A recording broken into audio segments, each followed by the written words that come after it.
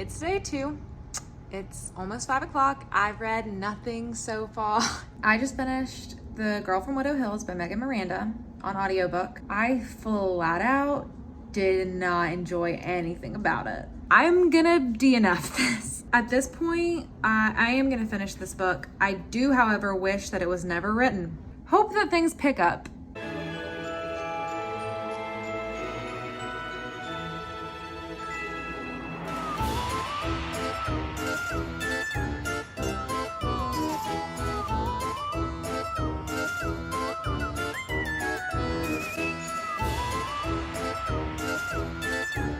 Probably a good time for a reading update because I haven't given one of those today. It is 8:30 p.m. and this is the first time I'm filming. It's also the first time I'm reading today. So I started Final Girls by Riley Sager. I am 50 pages in exactly. I didn't even mean to do that, but I usually try to read 50 pages before I talk about a book. So like, wow, nice job accidentally doing that. Main complaint is that this is the mass market paperback edition, which I did not want. I just ordered it off Amazon like literally months ago. I mean, I've had this for a long time and I've been avoiding reading it because I don't like mass market paperbacks. They just like, this will never be the same shape again because of the way I'm reading it. They're awkwardly small. Other than that, it's going fine. This is a story about, I mean, honestly, everyone probably knows because everyone read this years ago and I'm finally just now reading it, but it is a thriller that is about this woman who, when she was in college, went on this vacation, like this birthday trip to this like cabin with her friends, and I guess everyone got murdered that night except for her. She was like the final girl that survived and was saved by a cop, and then it's following her later in life. It's been some amount of time. She, you know, like has a therapist and a fiance and is like trying to move on, can't remember anything that happened in like the hour that everyone got massacred or something. So, you know, memory loss. And then she has like formed connections with other final girls. I guess 2 of them, Elisa and Samantha, Sam. They have also been in similar situations and they've connected, and one of them ends up killing herself, and so that just starts spiraling into the events of what's going to happen in the book. Nothing's happened other than all of that so far in the first 50 pages. I don't know what's going to like spiral and happen, but obviously, you know, content and trigger warnings for suicide. It, even in the first 50 pages, was a little bit too much for me, and it was like, you're not even close to that character at all. It's just like talking about it, and even I was like disturbed by it. So definitely, you know, keep that in mind. Like most of Riley Sager's books, I'm into it so far. It is going to go back and forth between the past and that time at the Pine Cottage, the place where all of her friends got murdered, and then the current day investigation of what's going to go on. So love that. Love like past, current, how are they connected, what's going on. Don't love the memory loss, which is not something I knew I didn't like until I just read The Girl from Widow Hills this week, and that really identified for me that I don't care for memory loss thrillers. It's just less exciting to me because, I don't know, it's not a simple fix, like if you lost your memory to just restore it, but it's just like not a very complex barrier from the reveal, because you know a memory loss story is ultimately going to end with them remembering, and then it's just gonna all be pieced together. I don't know, it's just not my favorite thing, but we'll see how I feel about it in this book. I'm just glad I'm finally reading something and not hating it, so that's progress. This is probably the only clip I'm gonna have from today because it's already nighttime, so the day's kind of over. Tomorrow is my birthday, so I have lots of fun things planned, which do not necessarily include reading a ton. I'm probably gonna try to read in the morning, but that might be it. So this part 2 of the vlog will probably be shorter than part 1, but hopefully the books are better in this part than they were in part 1.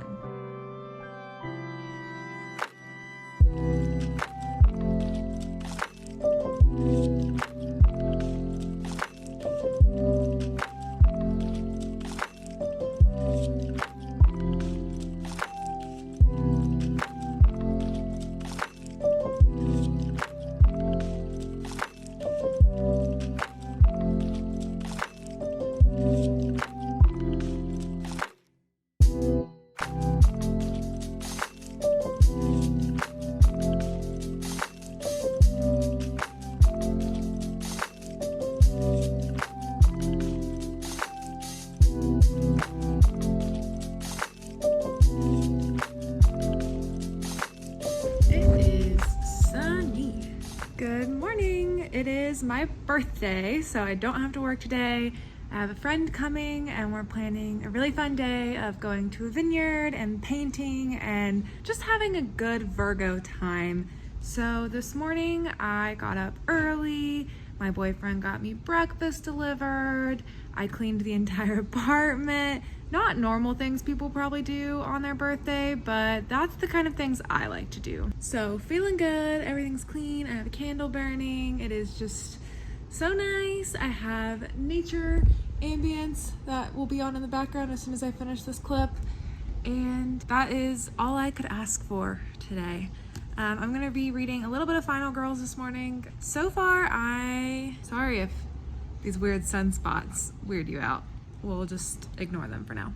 So far, I am liking Final Girls. So that's good. The energy is back up. I am excited to see what happens. I really like the way that Riley Sager writes women. You can't always say that about a male thriller or horror author. So that's nice. What has happened in this book since I last kind of gave the synopsis? The third Final Girl, Sam. So the main girl is, what's her name? Quincy. So the main Final Girl is Quincy. That's who we're closely following. Then there's Lisa, who just killed herself, and she had written a book about her experience. And then the third girl is Sam. Sam comes to visit Quincy after Lisa kills herself, and I guess they're striking up a friendship. The investigation is still ongoing for what actually happened to Lisa, and that's still kind of it. I mean, I'm not that far into it, but I like it. So might not get much reading done today, but if I can just finish Final Girls and mapping the interior, I'll just call this a win at this point. So that's what I'm going for, is getting all that done by Sunday, which I think is very doable.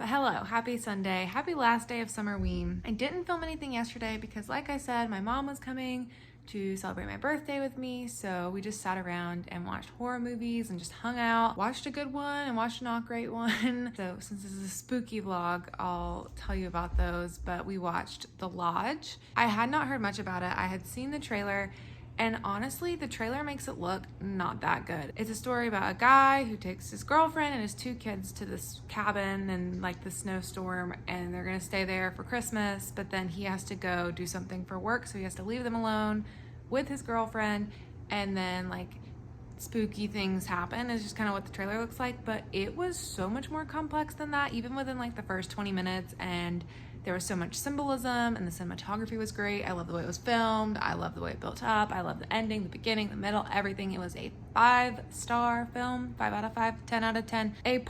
One of my new favorite horror films, like top 3 horror films. So good. Go watch that movie. Second one we watched was called, honestly, don't know, but I'll put it up right here. It was one of those Hulu movies that they did, I guess it was last year, where they were doing a horror movie for each month, and it was themed each month. So we watched the Christmas themed one, and they're pretty campy because I've seen one of them before. I watched the New Year's one, so I kind of knew what to expect, but it was fine if you're looking for like a silly thriller to watch, but definitely, you know, not great. Okay, Cooper, what are you doing? Back to books. I did finish Final Girls by Riley Sager yesterday, so I read this late into the evening and finally finished it. I'm gonna be honest, there were parts of it that I was reading and I was like, the writing's not the best, the character development not the best. Some parts I'm like, his writing's definitely gotten better over the years, but just generally the plot in all, and that plot twist at the end, 4 stars. Really good. Good old gal here, Midnight Sun. We are still no further in this. I'm definitely not going to finish this by today. Maybe this week, who knows. But I think I'm going to go ahead and talk about it in my August wrap up, which I'm going to film later today. That'll probably be the last I talk about it on here, and just give a general kind of what I'm feeling to this point, why I wish it was never written, quickly in like a minute or 2 at the end of the wrap up. So look out for that if you're really interested to hear my thoughts on this, but I don't really want to give it more attention than it deserves, especially right now. So yeah, once I'm really finished with it, I will talk about it on Instagram, but my August wrap up will be the last I talk about it on YouTube. And since today is the last day of the readathon and I've only read 2 out of the 4 books that I put on my TBR, 2 of them I read, 1 of them was a DNF. I only have 1 left. That's Mapping the Interior by Stephen Graham Jones, and I'm gonna definitely read this today. It's very short, so I'll be able to knock this out pretty quickly, and then I think I'm gonna just call it a wrap on this readathon because I don't see any other book that I could quickly read. We'll read this and then I'll let you know what I think about it and then recap all the books I read this week, and that'll be a good time. And maybe I'll show you some, I got some new spooky Halloween decorations already up, so maybe I'll show you that in the next clip as we go into some reading time, because they're pretty cute.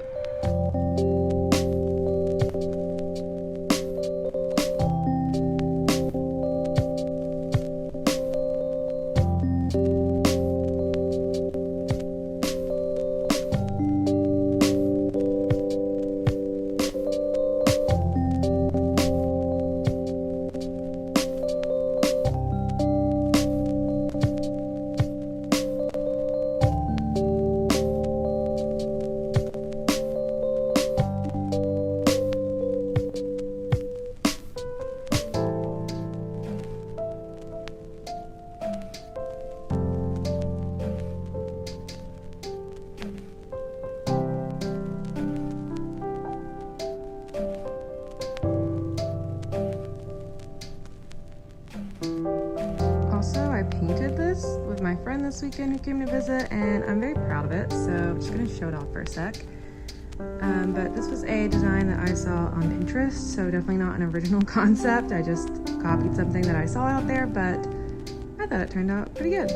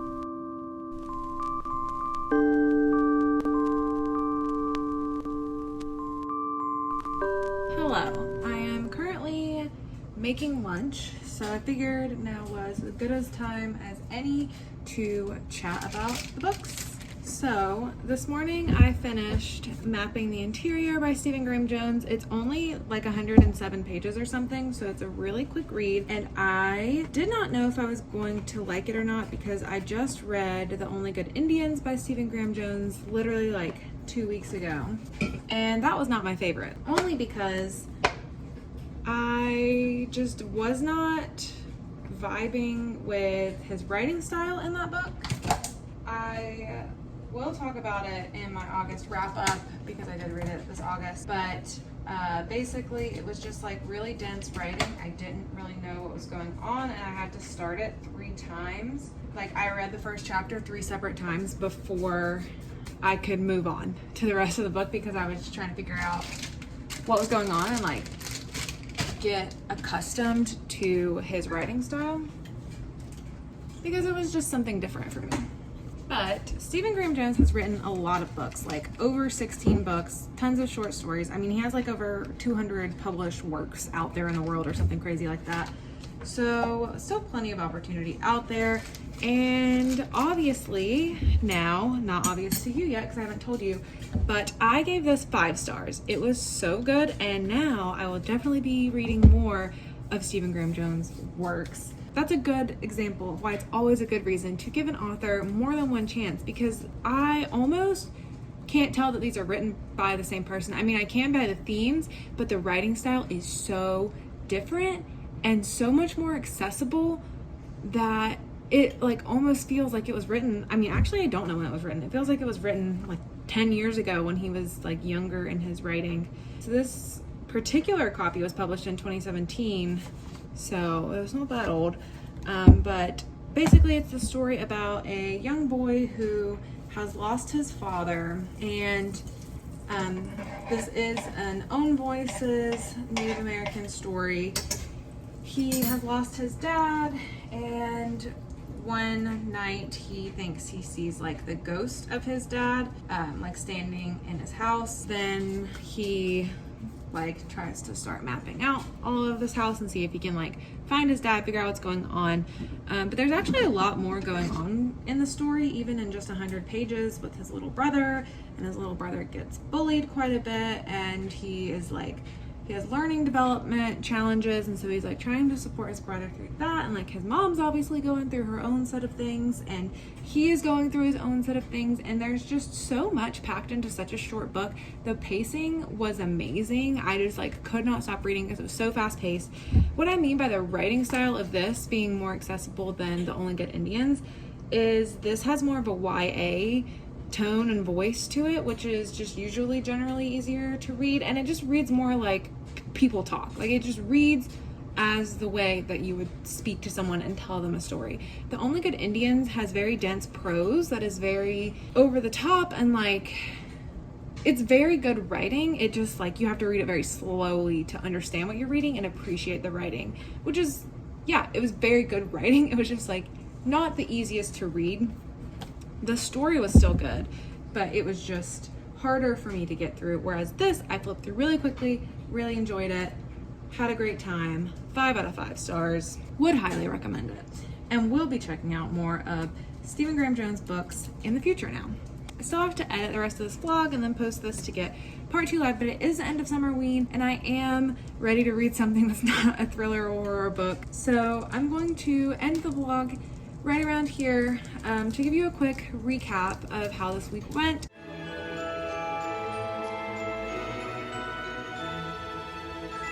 I started The Boatman's Daughter by Andy Davidson and hated it. Had problems with the dense writing style, kind of similar to what I was just talking about with The Only Good Indians. And just, I did not see myself being able to continue and know what was going on and actually enjoy that book. I really never DNF things, so it was like hard for me to DNF, but I just had to move on, especially because we're in the middle of a readathon. I don't think I'll be picking it back up at any point. I think I just know it's not for me, and that's okay. So we'll just move on from that. Then I read Final Girls by Riley Sager, and that was really, really good. It definitely, you can tell, was his first book that came out. If you've read his later stuff, you can certainly tell that, you know, his writing has improved since then, but you know, whose hasn't? So totally fine. Definitely still super good. Gave that 4 out of 5 stars, and that plot twist at the end had me reeling. Then finally just read Mapping the Interior, highly recommend, 5 out of 5 stars. So that is it for my Summerween readathon vlogs. I hope you guys enjoyed. It definitely wasn't my most successful readathon, but you know, you'll win some, you'll lose some. I still had a good time. Read some good books, read some not so good books, watched some good movies, watched some not so good movies, so it was all over the place. Let me know if you guys participated in Summerween and what you read. If you had anything that was super good that you would recommend, let me know. Or if you have vlogs, also let me know so I can watch you guys's. But that is it for me. I will see you guys in the next video. That will probably be my August wrap up, so you can look out for that to hear about all the books I read this month. And thanks for watching. Bye.